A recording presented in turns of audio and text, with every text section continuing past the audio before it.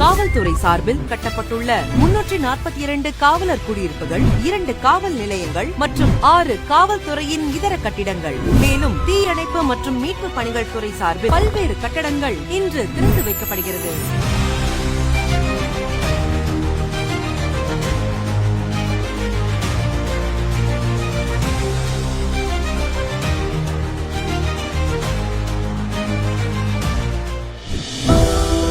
தமிழ்நாடு அரசு பிற்படுத்தப்பட்டோர், மிக பிற்படுத்தப்பட்டோர் மற்றும் சிறுபான்மையினர் நலத்துறையின் சார்பில் மேற்கண்ட பள்ளி மற்றும் விடுதி கட்டடங்களை இன்று மாண்புமிகு தமிழ்நாடு முதலமைச்சர் அவர்களால் திறந்து வைக்கப்படுகிறது.